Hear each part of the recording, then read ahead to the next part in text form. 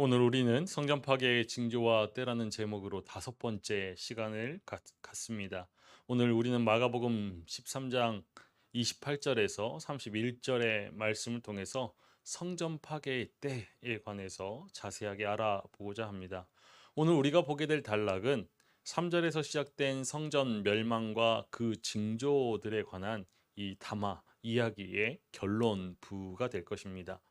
이런 일, 곧 성전 멸망의 때와 그리고 이 모든 일, 곧 성전 멸망과 그 전에 있을 표적들에 관한 그 질문으로 담화가 시작된 이후에 5절에서 23절 말씀까지에서는 성전 멸망 그 전의 표적들, 그리고 24절에서 27절까지에서는 성전 멸망과 인자의 신원에 관한 담화를 주셨죠. 오늘 우리가 결론부인 이 단락에서 표적을 보고 또 표적이 가리키는 바가 무엇인지를 깨닫는 그런 비유적인 은유적인 사고의 필요성을 다시 한번 최종적으로 강변하는 것을 보게 됩니다. 그 후에 모든 일이 반드시 일어날 것이다 라는 것을 이야기함으로써 성전 멸망과 그리고 표적에 관한 그런 담화를 결론 맺으시죠. 우리가 지금까지 보아왔고 또 앞으로 보아야 할 그러한 3절에서 31절의 흐름은 이렇게 정리해 볼 수 있을 것 같습니다. 질문으로 시작하였다라고 했는데 성전 멸망의 때, 그리고 성전 멸망의 때와 표적들, 그리고 그 질문으로 시작되어서 대답이 주어졌죠. 표적들에 관한 대답과 성전 멸망 자체와 인자의 신원에 관한 그런 대답을 우리가 들었습니다. 이에 따른 결론으로서 표적들을 통한 성전 멸망과 인자 신원의 때, 그리고 인지의 재강조, 그리고 표적들과 성전 멸망, 그리고 인자의 신원의 그런 발생의 필연성에 관한 이야기들을 우리가 이제 마지막 시간으로 보아야 할 것 같습니다.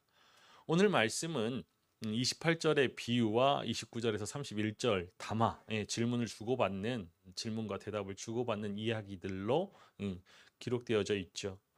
예수님께서는 성전 파괴의 징조에 관한 답을 주신 이후에 이어서 성전 파괴의 때에 관하여서 대답해 주십니다. 성전 파괴의 때는 징조들이 일어난 이후에, 발생한 이후에 머지않아 일어나는 것이죠. 이것은 마치 무화과 나무가 잎사귀를 내면 머지않아 여름이 오는 것과도 같습니다. 우리 마가복음 13장 28절의 말씀을 읽어보겠습니다. 무화과 나무의 비유를 배우라. 그 가지가 연하여지고 잎사귀를 내면 여름이 가까운 줄 아나니. 무화과 나무는 겨울에 가지만 앙상하다가 여름이 다가오면은 잎사귀가 나옵니다. 무화과가 4월에서 5월에 잎을 내니까 가지가 연하여지고 잎사귀를 내면은 여름이 다가온다라는 징조가 되는 것이죠. 무화과 나무는 앞선 11장의 그런 무화과 나무 저주 사건, 그 이후에 다시 이야기의 소재가 됩니다. 비유의 소재가 되고 있죠. 11장에서는 이스라엘에게 내려질 심판의 상징으로 무화과 나무의 마름이 강조되었고, 오늘 본문에서는 인자가 신원되는 때를 사전에 지각하는 그 일의 중요성을 위하여서 무화과 나무에 새순이 돋는 그 모습이 부각되고 있습니다. 이렇듯이 무화과 나무는 배움의 재료가 되고 있죠. 그런데 예수님은 무화과 나무의 비유로부터 배우라고 말씀하십니다. 비유. 비유는 다양한 뜻을 가지는데 이 본문에서, 오늘 맥락에서 비유는 교훈일 것입니다. 제자들이 무화과 나무가 겪는 그런 자연적인 변화의 과정으로부터 배울 교훈이 있다라는 것이죠. 교훈의 내용은 평행절로 설명됩니다. 28절의 말씀에서 그 가지가 연하여지고 잎사귀를 내면 여름이 가까운 줄 아나니. 우리 29절의 말씀을 읽어보겠습니다. 이와 같이 너희가 이런 일이 일어나는 것을 보거든 인자가 가까이 곧 문 앞에 이른 줄 알라.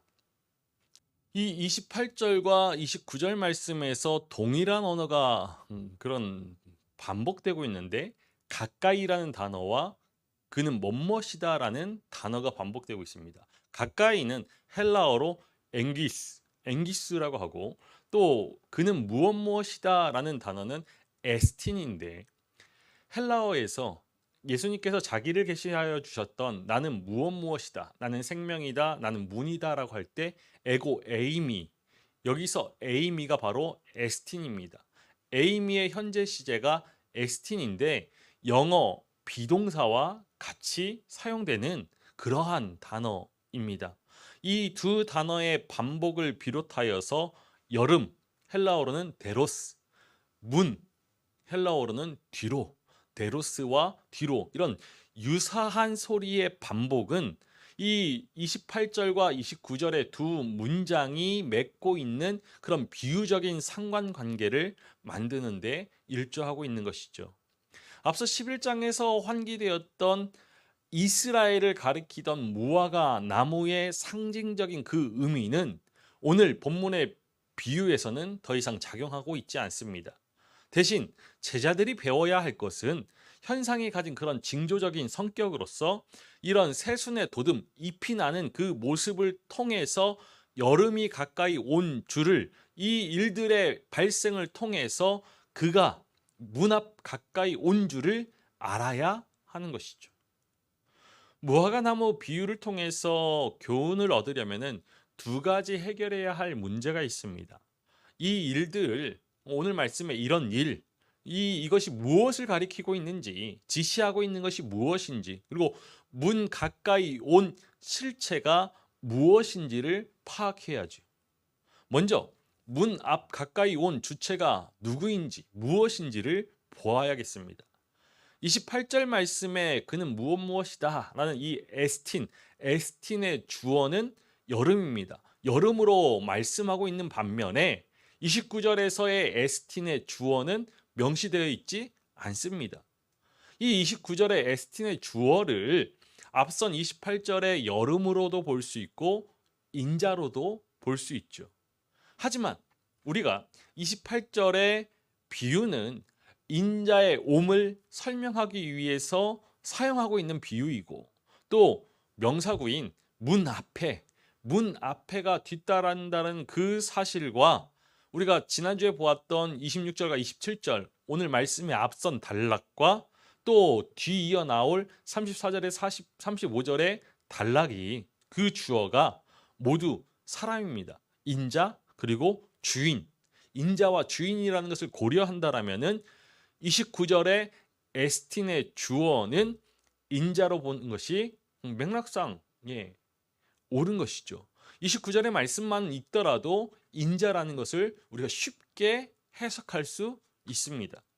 하지만 어느 번역을 택하든지 이 인자의 옴이 가까이 오고 있다는 그 의미는 변함없이 유지될 수 있는데, 왜냐? 앞선 단락에서 언급한 것처럼 여름이 가까이 옴이 가리키는 그 인자의 옴은 성전 멸망 그리고 인자의 신원을 가리키는 그런 은유로 사용되고 있기 때문이죠.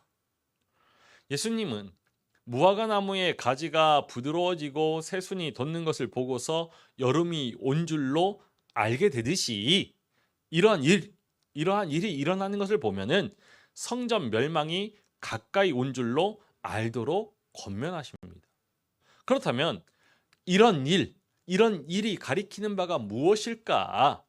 그것이, 이런 일이 성전 멸망과 인자의 신원 자체를 말하는 그런 직전의 단락들, 24절과 25절의 사건들을 가리킨다라고 보기는 어려울 것 같은데, 왜냐? 이 문장에서 이런 일의 발생은 인자가 문 가까이 왔음을 알게 하는 표지라고 말씀하고 있죠. 그래서 인자의 옴을 보고 있는데 인자가 가까이 왔다라고 말하는 것은, 그렇게 추론하는 것은 모순이 되기 때문입니다. 그래서 우리가 보다 해석할 수 있는 그런 가능성이 있는 것은 이러한 이 일들, 이것은 인자의 옴을 제외한 채 앞서 우리가 먼저 살펴보았던 4절에서 23절까지에서 서술된 자연적인 재앙 그리고 전쟁과 같은 그런 표적들을 가리키는 것으로 보는 것이죠. 이미 8절의 말씀에서도 이 일들이 성전 멸망 전에 일어날 일들을 가리키고자 사용했기 때문에 우리가 이런 해석들을 할 수 있는 것입니다. 물론 4절 말씀에 이 일들은 성전 멸망을 지시하고자 사용된 것이 사실이죠. 하지만 이러한 이가 가리키는 이 지시대명사 이가 가리키는 것이 무엇인지 그것이 사용된 그 문맥에 따른다라는 것, 그 문맥이 결정한다라는 것을 우리는 항상 기억해야 합니다. 3절에서 31절의 말씀의 담화의 결론으로서 지금 단락은 지금까지 말해왔던 그런 가르침의 단순한 반복이 아닙니다.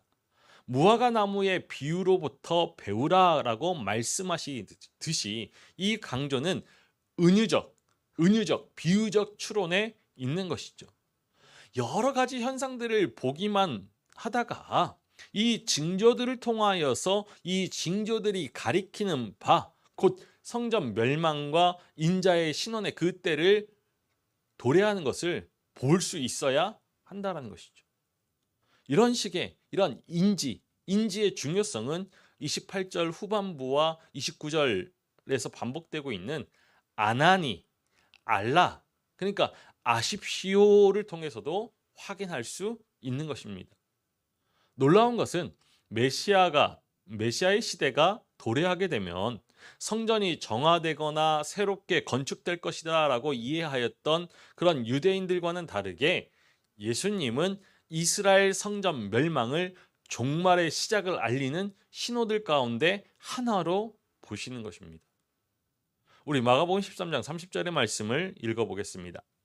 내가 진실로 너희에게 말하노니 이 세대가 지나가기 전에 이 일이 다 일어나리라. 이 세대가 지나가기 전에 이 모든 일이 일어날 것이다 라고 말씀하시죠. 이 세대는 마가복음의 다른 구절들에서와 같이 예수님 시대, 그 동시대의 사람들을 가리킨다라고 보는 것이 옳을 것 같습니다. 예수님은 이 말씀을 통해서 이 성전 파괴의 때를 한 세대 내로 제한하셨죠. 그렇다면 이 세대 안에서 일어날 이 모든 일은 무엇일까? 앞선 29절에 이런 일이 성전 멸망 직전에 일어나는 모든 일을 가리키는 것과는 다르게 이 모든 일, 여기서 이 모든 일은 성전 멸망 직전의 징조들과 앞선 단락이 말하고 있는 인자의 도래를 모두 포함한다라고 보는 것이 자연스러워 보입니다. 그러니까 이 본문을 해석함에 있어서 우리가 간과하지 말아야 할 것은 지난 시간에 보았던 인자의 오미, 그리고 또 29절의 인자의 오미, 예수님의 재림이 아니라 성전 멸망과 그 성전 멸망에 따른 인자의 신원을 가리킨다라는 것이죠. 만일 이 본문을 문자적으로 해석하여서 재림, 예수님의 재림으로 이해한다라면은 예수님께서 이 세대가 지나가기 전에 재림이 있으리라라고 말씀하신 것으로 예언하신 것이 되니까 문제가 생깁니다. 두 가지 문제가 생기는데, 첫 번째로 재림이 이 세대에 일어난다라는 그런 해석은 우리가 뒤에서 다음 시간에 보게 되겠지만 재림의 때를 모르고 또 제자들 역시 알려고 해서는 안 된다라고 하신 예수님의 말씀과 충돌이 일어나는 것이죠. 두 번째로 지금까지도 오늘까지도 재림의 시련이 지연되고 있는, 미뤄지고 있는 것이 엄연한 현실이기 때문에 이 세대, 곧 예수님의 동시대의 재림이 일어날 것이다라는 예수님의 그 예언이 이루어지지 않은 것, 그 신뢰성을, 예수님의 말씀의 신뢰성이 사라지게 되는 것입니다. 하지만 우리가 앞서 주장했고 또 우리가 해석하고 있듯이, 주석하고 있듯이 26절과 27절 그리고 29절의 인자의 옴은 성전 멸망 그리고 인자의 신원에 관한 은유로 보아야 하는 것입니다. 지금까지 예언이 반드시 성취될 것이다라고 말씀하시고자 예수님은 예수님의 그 말씀의 불멸성을 강조하고 있습니다. 우리 31절의 말씀을 읽어보겠습니다. 천지는 없어지겠으나 내 말은 없어지지 아니하리라. 선지자 이사야는 하나님의 말씀의 영원성을 말했죠. 그리고 당시 유대인 역시도 토라, 율법, 하나님의 말씀의 영원성을 믿고 있었습니다. 유대 철학자인 알렉산드리아의 필로 역시도 온 하늘과 온 세상이 있는 동안 하나님의 토라는 남을 것이다라고 말했죠. 그런데 예수님은 지금 그 하나님의 말씀의 영원성을 자신의 예수님의 말씀에 적용하고 있습니다. 게다가 31절의 말씀은 예수님의 그 말씀의 영원성뿐만 아니라 새 창조적인 능력에 대한 증언이라고 볼 수 있죠. 구약의 말씀에서 잘 알려져 있듯이 하나님의 말씀에는 창조적인 능력이 있고, 그리고 또 제2 성전시기 유대인들은 메시아의 시대가 도래하면은 세상이 새롭게 갱신될 것이다라고 믿었습니다. 그렇다면 메시아라고 또 신적인 존재라고 자의식을 가지고 있는 예수님께서 하늘과 땅은 천지는 사라질 것이고, 하지만 결코 내 말은 없어지지 않을 것이다라고 말씀하셨을 때, 옛 하늘과 땅이 사라진 그 자리에서 예수님의 말이 새 하늘과 새 땅을 창조하는 역할을 수행할 것이다라고 예수님 스스로 보셨다라고 우리가 해석할 수 있는 것이죠. 이에 더해서 이 시점에서 예수님의 그 창조적인 능력, 그 말씀의 창조적인 능력이 언급되어야 할 이런 문맥상의 이유가 있습니다. 성전 멸망 직전에 일어날 일로 제시되었던 앞선 5절에서 23절의 그 내용 가운데 전쟁과 기근, 그리고 그에 따른 환난과 죽음의 소식이 있었죠. 또한 비록 은유적인 언어였지만 성전 멸망 자체 역시 해와 달과 별, 그 천상적인 존재들의 빛을 잃는 일로 표현되었습니다. 환란이 창조 질서에서 일어날 혼돈 그 자체로 이해된 것입니다. 따라서 인자의 신원이 혼돈에 빠진 하나님의 그 세상에 대한 갱신으로 이어지게 될 것이다라는 이 믿음은 하나님의 전권, 창조적인 그 능력까지도 위임받은 인자에게 일어날 것이다라는 당연한 기대, 당연한 소망인 것이죠. 이제 이 단락에서 성전 멸망의 때와 성전 멸망의 징조들에 대한 그런 긴 이야기가 13장의 긴 이야기가 결론이 납니다. 결론적으로 주어진 무화과 나무 비유는 징조를 보고서 그 때의 가까움을 알아가는 그 일이 얼마나 중요한지를 부각시키죠. 무화과 나무에 새순 돋으면 여름의 때가 시작된 것을 알 수 있듯이 앞서 5절에서 23절까지 주신 그 성전 멸망 그 직전에 일어날 여러 자연적인 인적인 그러한 재해를 징조 삼아서 인자의 신원의 때로서 성전 멸망의 시기가 가까이 왔음을 알도록 하신 것입니다.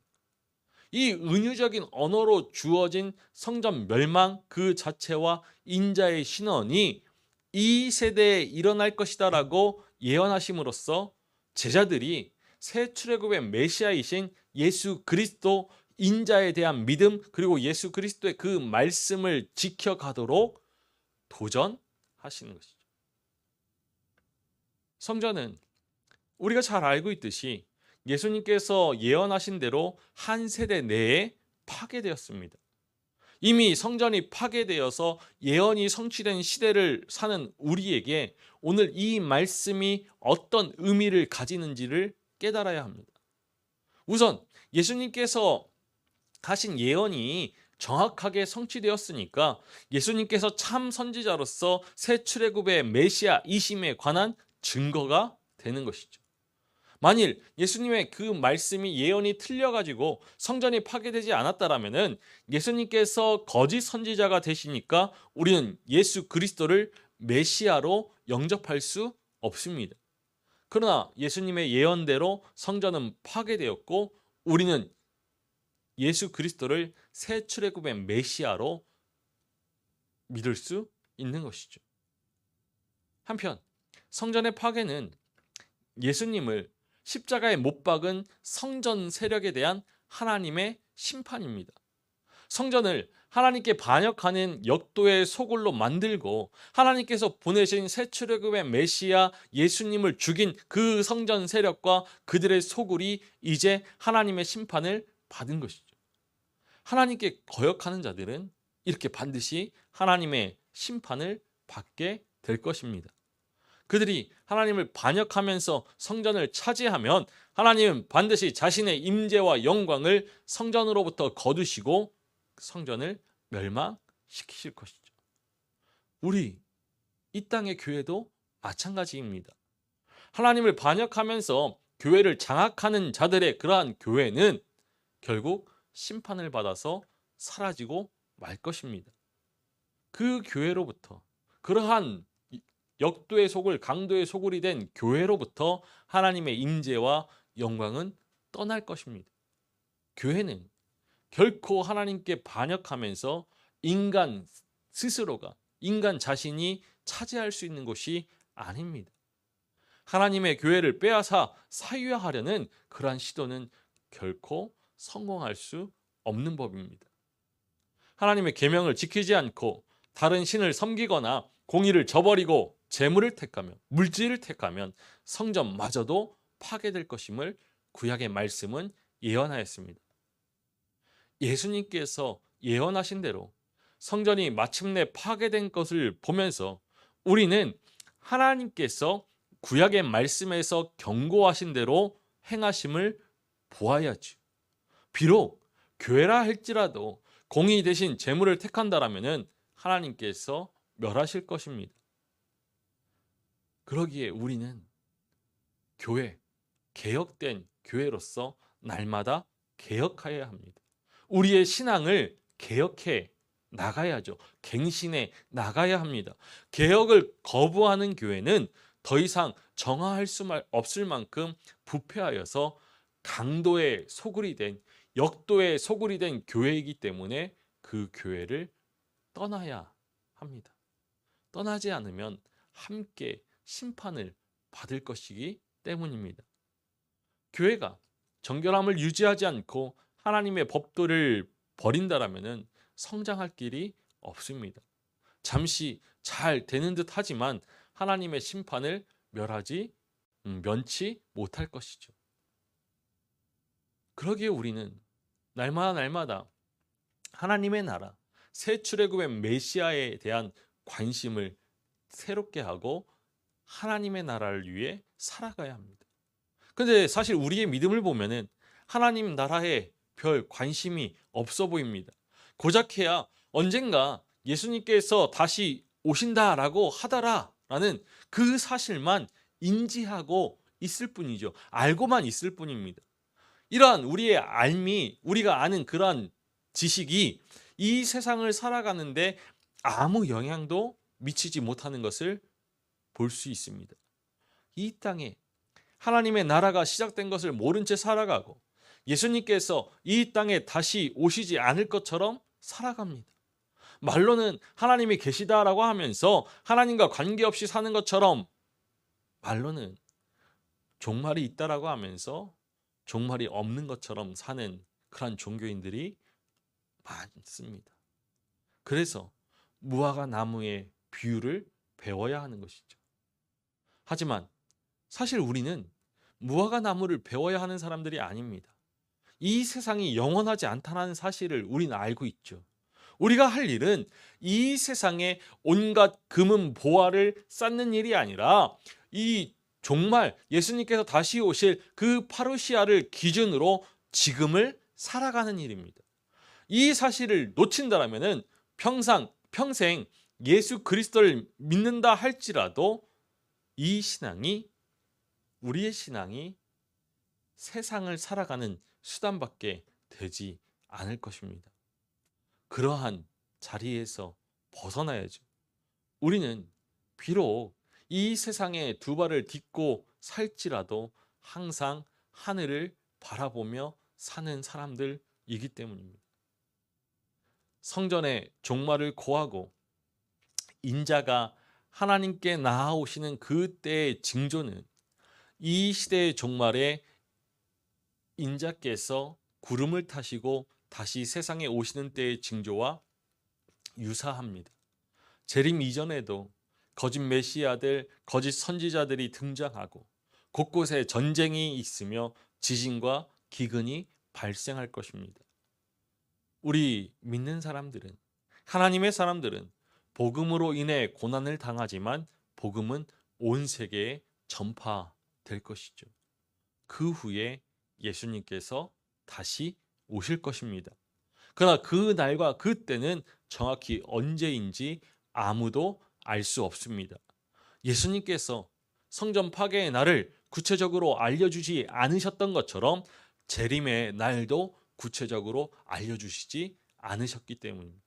그러니까 그 날을 안다라고 예언하는 자들은 분명히 거짓 선지자들이기에 그들을 따라가서는 안 되죠. 미혹당해서는 안 됩니다. 우리는 그 날이 언제일지 모르니까 늘 신앙 가운데 깨어 있어야 하고 정결한 신앙 가운데 행해야 할 것입니다. 우리 모두가 이 미혹의 시대에 오직 메시아이신 새 출애굽의 메시아이신 예수 그리스도만을 바라보면서 온전한 믿음으로 표대를 향하여 한 걸음 한 걸음 나아갈 수 있기를 주님의 이름으로 간절히 축원합니다.